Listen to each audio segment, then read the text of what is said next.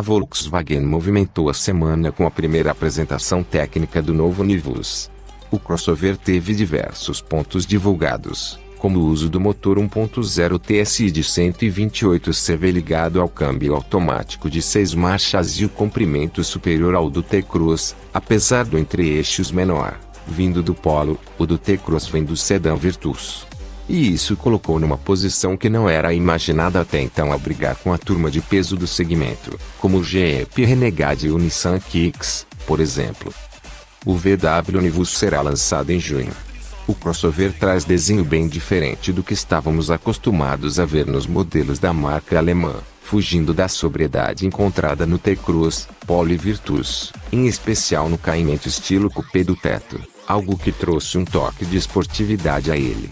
Até então esperado como um modelo menor que o T-Cross, já que se posicionar abaixo dele no portfólio da marca, surgiu com 4,26 metros de comprimento, 6 centímetros a mais que o irmão, e um porta-malas de 415 litros, contra 373 L do T-Cross.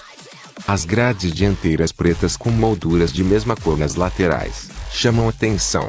Lembrando de um vídeo divulgado pela VW há algum tempo, as luzes laterais são os DRLs em LED, num conjunto com faróis de neblina. Como a própria VW revelou, os faróis serão Full LED e terão assinatura visual de mesma tecnologia. Conforme visto na projeção, o Nivus fica bem apostando em rodas, retrovisores e barras de teto em preto brilhante, realçando sua proposta. Reforços plásticos pretos nas saias de rodas e base das laterais também lembram que o Nivus é um crossover e tem um pé no mundo aventureiro. Já a traseira é marcada por um layout preto, visto nas primeiros teaser do modelo, com lentes escurecidas com iluminação em LED num conjunto único. O defletor de ar no teto é na cor da carroceria, mas a Volkswagen pode mudar isso com a aplicação de preto também, talvez numa opção de personalização com teto todo preto. O para-choque totalmente preto e harmonizado com as saias de rodas, deverá chegar com 2 refletores e um pequeno difusor de ar inferior. Não se vê saída de escape cromada, o que poderia acontecer numa eventual versão GTS. Infelizmente não dá para conferir ao todo como o Nivus será por dentro, mas parte do painel foi revelada e traz Cluster Active Info Display, além de multimídia VW Play com serviços online e internet 4G com Wi-Fi. Controle de cruzeiro adaptativo e frenagem automática de emergência estão entre os itens exclusivos do Nivus no segmento de compactos. Aproveitamos para falar também sobre o projeto do novo Gol, que foi congelado pela pandemia do coronavírus. Um novo modelo e um novo crossover nasceram da base MQBA00, mas os investimentos foram adiados pelos efeitos da paralisação de fábricas e do mercado pela Covid-19. Falando em paradas, comentamos sobre o resultado das vendas na primeira quinzena de abril, com posições trocadas e uma trágica baixa no número de emplacamentos de carros novos. Gostou do Volkswagen Nivus? Comente aí.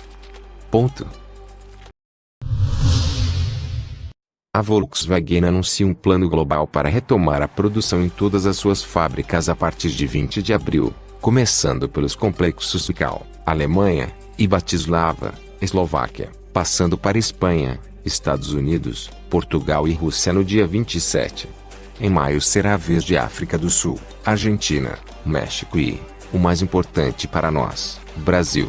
As 4 fábricas em São Bernardo do Campo, São Carlos, São José dos Pinhais e Taubaté estão paradas desde 23 de março e voltarão a operar em maio, embora a data exata ainda não esteja definida. Para que isso seja feito, a Volkswagen criou um plano com 100 pontos de proteção para evitar que os funcionários possam contrair o coronavírus. A empresa não detalhou quais são essas regras, mas uma entrevista do Automotive Business com Pablo Dicci, presidente CEO da VW no Brasil e América Latina, revelou algumas das medidas, como medir a temperatura dos funcionários na entrada e adaptações na linha de montagem para manter uma distância entre os empregados. Dicci ainda revela que o retorno será gradual, com apenas um turno de produção, com horário reduzido. Medidas semelhantes serão feitas na parte administrativa, que trabalhará com 50% do quadro de funcionários no escritório e a outra parte remotamente, fazendo um rodízio. Isso servirá até mesmo para membros da diretoria e o próprio presidente da marca no Brasil. Porém, não há ainda uma data definida para retomar a produção das fábricas brasileiras. Não estou nem aí se vamos voltar a produzir no dia 1º de maio ou 30. Esta parte não é importante. O essencial é que a volta às atividades seja segura, explica Disse.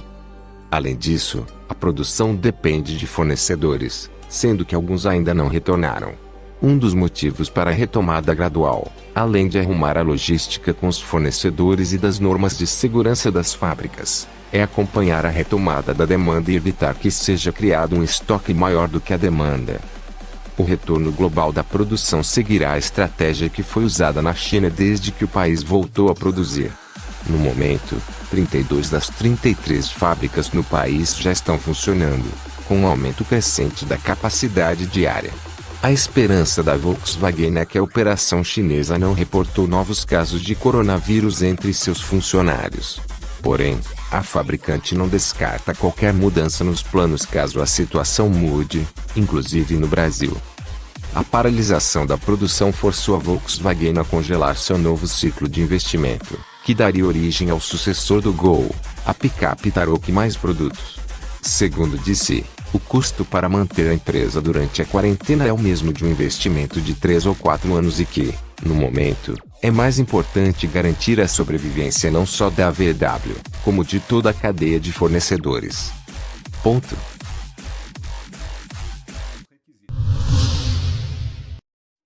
Com produção paralisada desde o dia 23 de março, a PSA Peugeot Citroën deverá demorar praticamente um mês além do previsto para voltar às atividades no Brasil. Em comunicado oficial, a empresa afirmou que a normalização da produção na fábrica de Porto Real, Rio de Janeiro está prevista agora apenas para o dia 31 de maio. Até então, a expectativa era retomar os trabalhos em 21 de abril, totalizando cerca de um mês de paralisação. No entanto, o anúncio do novo prazo somará ao final mais de 60 dias de quarentena o período no qual nenhum veículo saiu das linhas de montagem. A empresa diz ainda que a produção será reiniciada dependendo da futura situação no país, deixando no ar a possibilidade de novo adiamento. A PSA, vale lembrar, não é a única montadora a prorrogar o período de paralisação no Brasil. Na última segunda-feira, Chevrolet e Toyota também anunciaram que levarão mais tempo que o previsto para voltar à normalidade. Nos dois casos, a retomada está programada para acontecer apenas em junho. No entanto, se as condições forem favoráveis, o retorno poderá acontecer antes desse prazo. Até lá, ambas seguem tomando medidas para manter empregos enquanto não há geração de receita, incluindo suspensão temporária do contrato de trabalho e banco de horas. A PSA prepara para breve o lançamento do novo 208 no Brasil, que virá importado da Argentina. O modelo será a principal atração da empresa para 2020 e deve recolocar a Peugeot de volta na briga dos hatches compactos, especialmente contra VW Polo e Toyota Yaris. Ponto.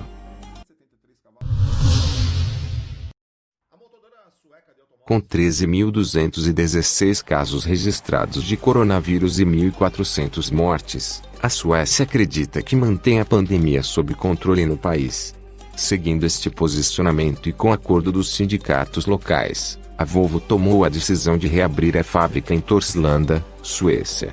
A medida também será adotada para o complexo em Ghent, Bélgica, mas com produção reduzida, e com as linhas de montagem de motores e carrocerias em Skov e Olofström. Já a fábrica nos Estados Unidos só retornará no dia 11 de maio. Temos uma responsabilidade em relação a nossos funcionários e fornecedores para reiniciar as operações agora que a situação permite. A melhor coisa que podemos fazer para ajudar a sociedade é encontrar maneiras de reiniciar a companhia de maneira segura, salvaguardando a saúde das pessoas e seus empregos, afirma Ken Samuelsson, CEO da Volvo Cars. Para não colocar os funcionários em risco, a Volvo higienizou as fábricas e os escritórios e intensificará as rotinas de limpeza, além de fazer testes de temperatura e oxigenação do sangue com todos os empregados. Haverá um distanciamento social nos escritórios, com um novo layout para mesas, salas de reunião e até para os restaurantes internos, além de limitar a quantidade de pessoas em cada local. Onde não for possível fazer o distanciamento, a marca tomará outras medidas de proteção. Retorno de mais fabricantes. Aos poucos outras marcas também irão reiniciar a produção na Europa. A Volkswagen anunciou que voltará a fabricar em 2 linhas de montagem a partir do dia 20, aumentando o número no dia 27. A Toyota é outra que confirmou os planos de reabrir suas fábricas na França e Polônia a partir de 22 de abril, com um turno único durante 2 semanas. A Hyundai foi mais rápida e retomou a produção na República Tcheca nesta semana e promete reabrir a fábrica na Turquia na semana que vem. No Brasil, até agora apenas a Volkswagen se pronunciou a respeito de reabrir suas fábricas no decorrer de maio, mas ainda sem data definida.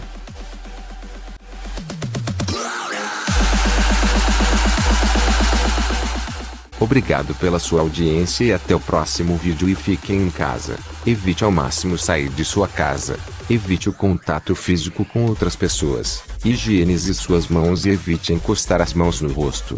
Vamos nos ajudar. Juntos venceremos.